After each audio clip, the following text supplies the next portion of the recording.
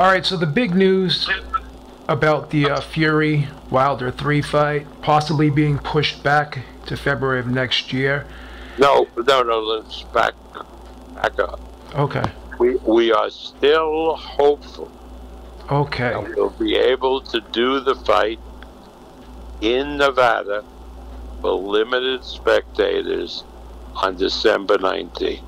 That is, both from Al Heyman's standpoint and our standpoint, that is the goal. The pushing it into February is a worst case scenario. Okay, so you're still working on that and limited crowd. What if there's no crowd? Would you still do it if you weren't able to have any gate at all? Would that still be a consideration to do it in December under those conditions? No, because you end up losing a $17 million gate and like $3 million on closed circuit in commercial establishments, which obviously no good because all the bars and restaurants are closed. So again, there is no way that the fighters would fight based on only one revenue stream. Okay. Now, worst case scenario, doesn't happen in December, ends up happening in February. We have some really good interest overseas to do the event beginning of February. Well, you're good. You just read my mind. Outstanding. Yeah. Okay, so now the WBC has said the winner of that fight has to face Dillian Whyte, and I know that Tyson Fury has talked about wanting to fight Anthony Joshua if he was able to beat Deontay Wilder at third. Well, once Joshua fights Pulev, which apparently will be in December, and Fury fights Wilder, and the winners of that fight that everybody wants is Fury and Joshua. Now, again, a lot of things have to happen before Joshua has to beat Pulev, Fury has to beat Wilder. We'll cross that bridge when it comes to it. I mean, Mauricio is a really good president of the WBC, and we'll have to work something out at that time. Eddie Hearn promotes both Whyte and Joshua. So again, we'll all sit down and work things out. But again, I'm not getting to I know what Mauricio says, and Whyte is the number one guy. Who knows if he even beats Povetkin? So again, no sense causing a controversy now when we don't even know if there'll be a controversy. Okay. So again, time will tell, and we'll have to let that's the point. Okay. In this circumstances, time will tell. Because I'm telling you, I believe that Pulev is going to knock out Joshua, in which case it sets up a whole different dynamic, where Pulev would fight the mandatory at the BO, Usyk, and we would fight Whyte, assuming that it breaks that way. So no sense making arguments now and getting everything up in the air. Let's see what happens. Okay. So again, I don't want to harp on the point. I don't want to be negative because I'm optimistic too. You just made my day by letting me know that you're still working on that fight for December, because I'm really looking forward to that. So that's great. That's right. But worst case scenario, it doesn't happen in December. Tyson Fury has stated that he does not want to wait until February to fight. He wants to get a fight in regardless. I understand what he said. But again, if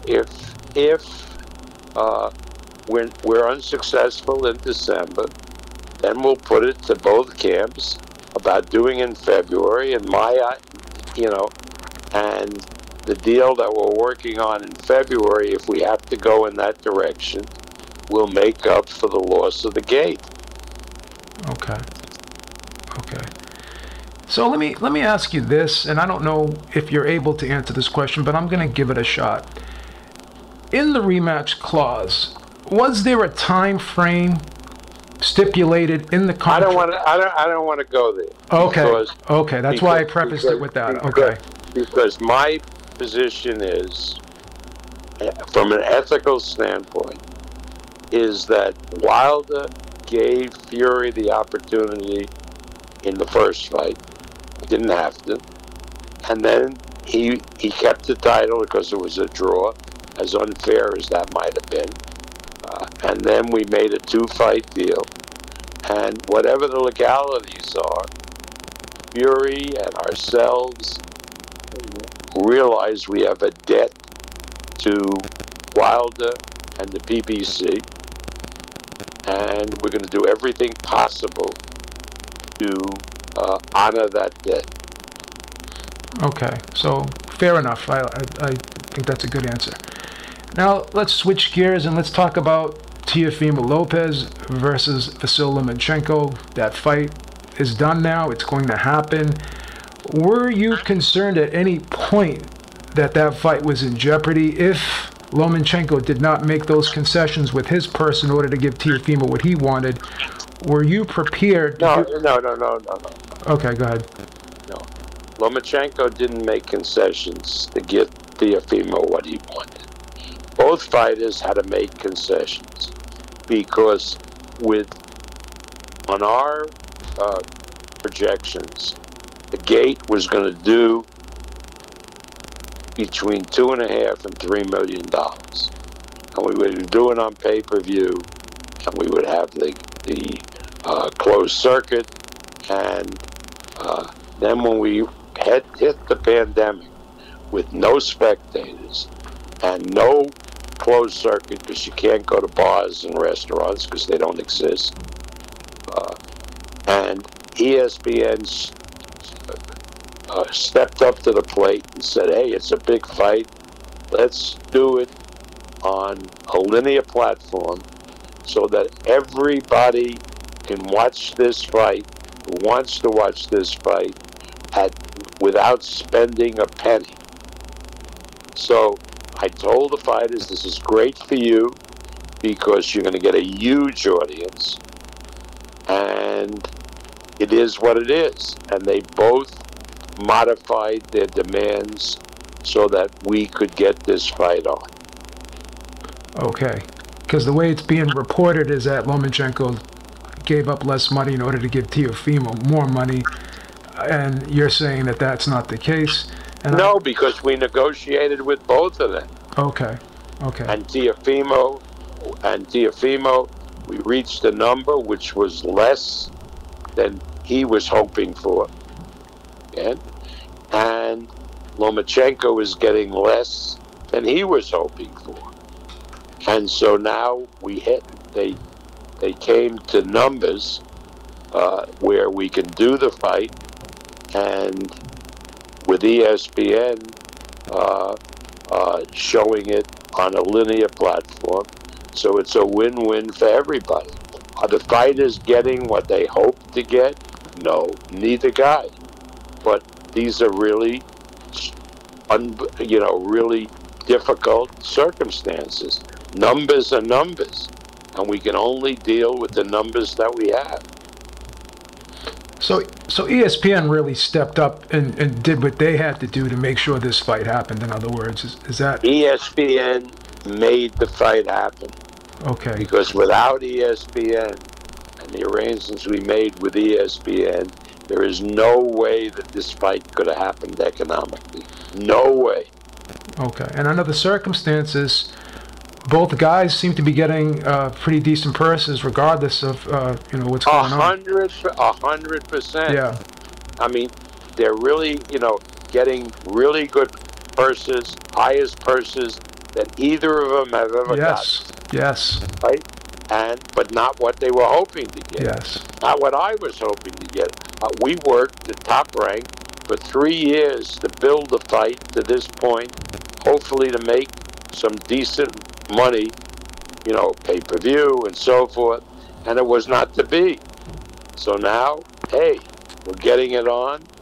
The plus is that the public that follows boxing should be thrilled by the fact that in these trying times, nobody has to pay a penny to watch the fight.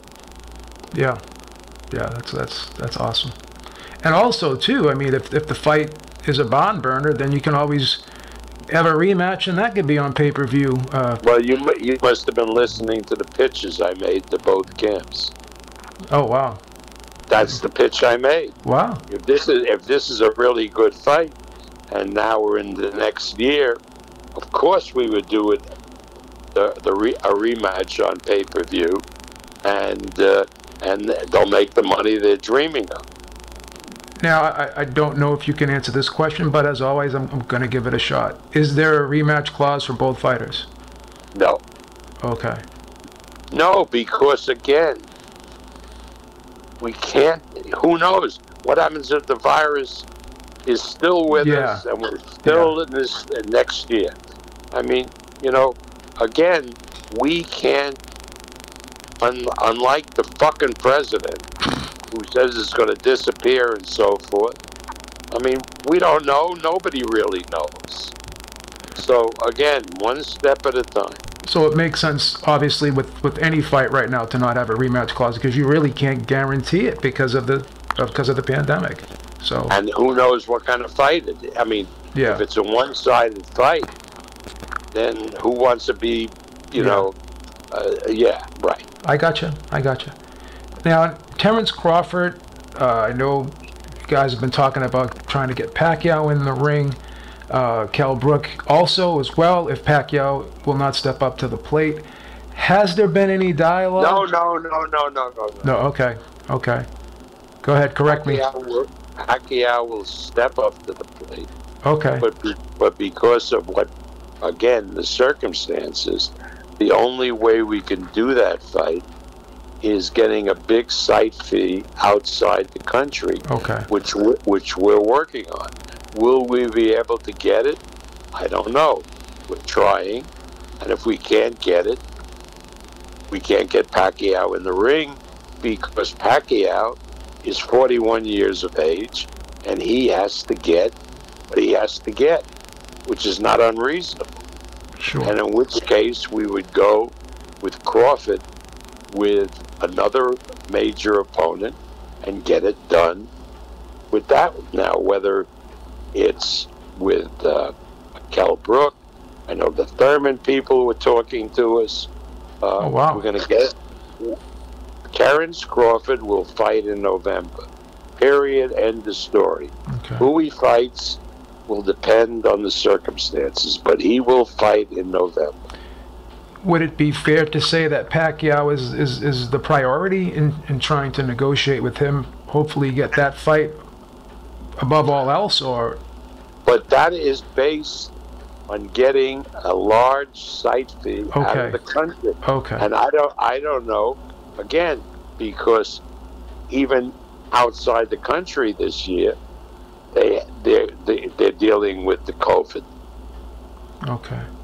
I mean, for example, if you did the fight in the Mideast, they're not going to do it with no spectators and pay all this kind of money. Yeah. Now let me ask you this: in terms of traveling and getting these, if these fights do have to go overseas, some of the big ones, would you have to get special permission, like work type permission, or would that be difficult to get travel permission to leave the country and have people come in and out and so forth? There's two things. One, if the fight's in the United States and we're dealing with foreign fighters, there are protocols to go through. Okay. And for example, with Lomachenko, he has a green card, but a lot of his people didn't have visas. Now they have visas. We're pulling whatever resources we have to get these things done. Now, if we, for example, did Pacquiao and Crawford outside the country, part of the expenses would be that we'd have to charter 2 planes, one from the United States and one from the Philippines to the site, and I'm not, going to do these fights overseas based on these guys, all these people flying commercial. That's for me, just too risky. I got you. Now, does Joshua have a rematch clause with Pulev? Do you know that? Is that something you could talk about? Joshua and Pulev is a mandatory 65-35, and there is why would Pulev agree to a rematch clause if he won? Why would he agree to a rematch clause unless the money was so overwhelming that he agreed? I got you. So right now, it's an IBF mandatory, and it is what it is. Okay. Now, are there any other big fights that you have going on behind the scenes that you have in the works that you could talk about now, or do you want to wait on that? Is there anything else that you have going on right now that? Well, we have Jose Ramirez fighting Postal in the bubble on August 29th. Okay. And we have Josh Taylor fighting his mandatory in the UK in September. And if they both win, and depending on how difficult the fights are, we may look for December to do the unification fight. Wow. Whether here or in the UK. Okay. So, yeah, and also we have, we're negotiating now Burchelt and Valdez. Okay. And the problem with the negotiations is that everybody had numbers in mind based, for example, Valdez and Burchelt, we were looking to do $1 million gate in LA for that fight. It's a huge Hispanic fight. And of course we don't have that anymore. Okay. So everybody has to adjust. So yeah, we're looking, because a lot of ESPN's football is not going to take place with Pac-12, with Big Ten, and maybe the other conferences. And so we're looking to do as many fights as we can of these major fights on ESPN so that people can become revitalized with the sport of boxing, that they can watch these big major fights, competitive fights, without having to pay any money. So this is kind of a bonus for boxing on ESPN because, again, it's going to not be challenged by the college sports. Well, the job of a promoter is to take chicken shit, which is a situation where you don't have a live gate, and make it chicken salad. Yeah. And yeah, it's bad because we can't do live gates. We don't have closed circuit. Pay-per-view is dicey because so many people are out of work. People can't go into homes in the numbers that they did. When somebody paid $70 or $80 on pay-per-view, they usually had a party at their house. Yep. And had 10, 12 people watching. But you can't do that anymore. People aren't going to be willing to open their homes to a number, a relatively large number of people. So pay-per-view is good. So we are working with ESPN. We're going to do the best we can. These fights, and unfortunately, the fighters are all getting no less than their minimums, but they're still not the numbers that they were hoping for. Yeah, which is totally understandable. I mean, what can you do? What can you do? And this brings me to my next question, because I was very happy that boxing came back, and Top Rank was very diligent in being the first company to come back with boxing. But there was a lot of critics about the fights, and again, given the circumstances, I mean, what did people expect? Obviously, some of the fights weren't what we wanted to see. There were other bigger fights that we were hoping for. But do you think the criticism was fair? And again, of course, the criticism wasn't fair. Yeah. Because nobody was in the gyms. I mean, Yeah. Every other fight we did fell out. Not because of anybody's problem. Yeah. Because some trainer got coronavirus, a fighter got coronavirus.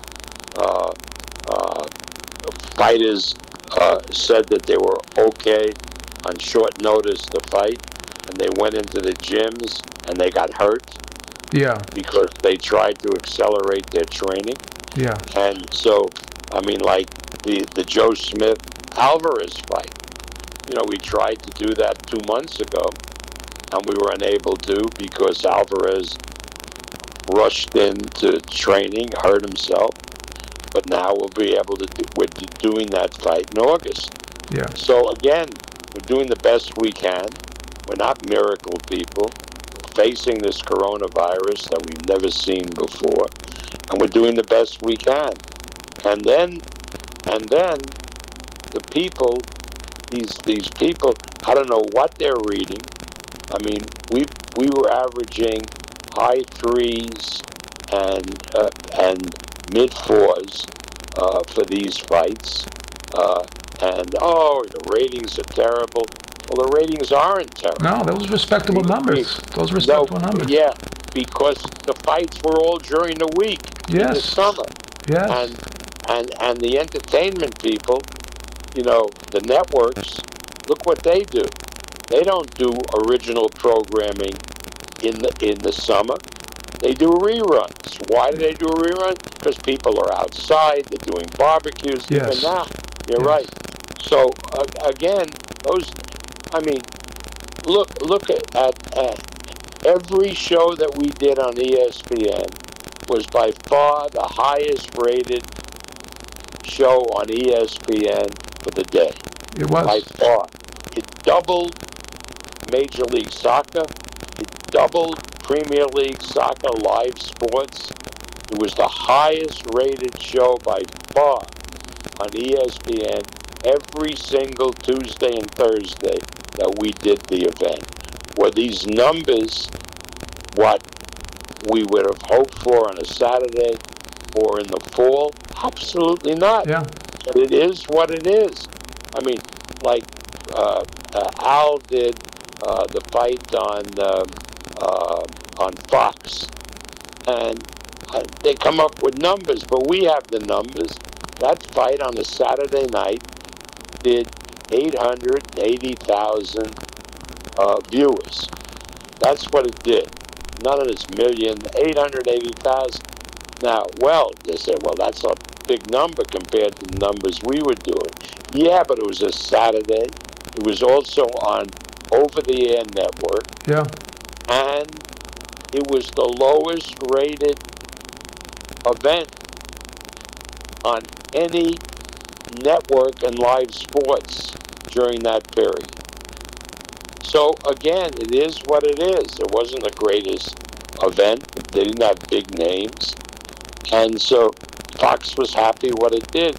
But it was on Fox, and it was the lowest rated of all the networks on Saturday night. Well, here's something else people have to realize, too, is anyone that has a television set gets Fox. ESPN, people have to still subscribe to it, so right, exactly. So you gotta put these things into context, and again, I'm not bashing anyone's numbers. I'm happy. No. I'm just happy that everyone's putting on fights, and I'm being realistic about it. I'm being totally honest with you. I'm not just saying this because you're on the phone with me. I defended anyone that was trying to entertain me. Why am I going to be mad at someone who's trying to entertain me? Right. Everyone has the right to their opinion. If you like something and I don't, whatever, I'm not here to try to change anyone's mind. But I have to be frank, and I think the criticism was a little bit over the top, given the circumstances. That's right. That's my opinion. Look at Golden Boy. They put on fights. It wasn't the greatest show. Yeah. But they spent the money that they were getting from the zone, right? They had no gate, no nothing. And you can't spend appreciably more money than you're getting. Yeah. You can't keep going into your pocket to do these events, because otherwise you go bankrupt. Of course. Well, Bob, as always, I really appreciate the time, and the reason why I reach out to you is because I see these stories on the net, and I myself question them, because I say to myself, how do people know these things when I don't hear you coming out saying these things and other people are saying these things? This is why I call you, because I have to get this stuff verified, just for my own peace of mind, because I was like, oh no, the Fury fight's not going to happen this year. It's definitely not going to happen, and I was depressed about that. It bothered me. So I'm glad that, I'm not saying that it's definitely going to happen, but at least you're giving me hope that it could happen. It's something to look forward to, and I'm glad that you were able. All you can say is we're working closely with the Raiders, with Allegiant Stadium, with the coronavirus czar in Nevada, and with the governor's office. That's the best we can do. Otherwise we have no control. So stringent efforts and aggressive efforts are being made to get this fight done. Absolutely. Everybody is working in Nevada to get it done. Don't you think Nevada wants a big fight? 100%. To tell people that, hey, we're beginning to open? So everybody's on the same page here. But nobody wants to do things that are counterproductive, that can put people at risk. Yes. So everything has to be weighed out here, and we have to look at everything involved in the situation. Absolutely. Absolutely. And again, Al is doing the same thing. I mean, Al is not on an island. The zone has another problem, because they were not getting a bang for their buck with the money they were spending over here, so they have to make adjustments. So Eddie is trying with this Tulsa show. He's already lost some fights like we did, because he's not immune from the coronavirus plague, just the way we're not. I understand. Well, Bob, thank you so much for the time. It's great to talk to you as always, and I'm looking forward to these fights, and hopefully we can get them all done. Thanks again. Well, let's hope. Okay, thank you. Thank you. Enjoy your day. Goodbye.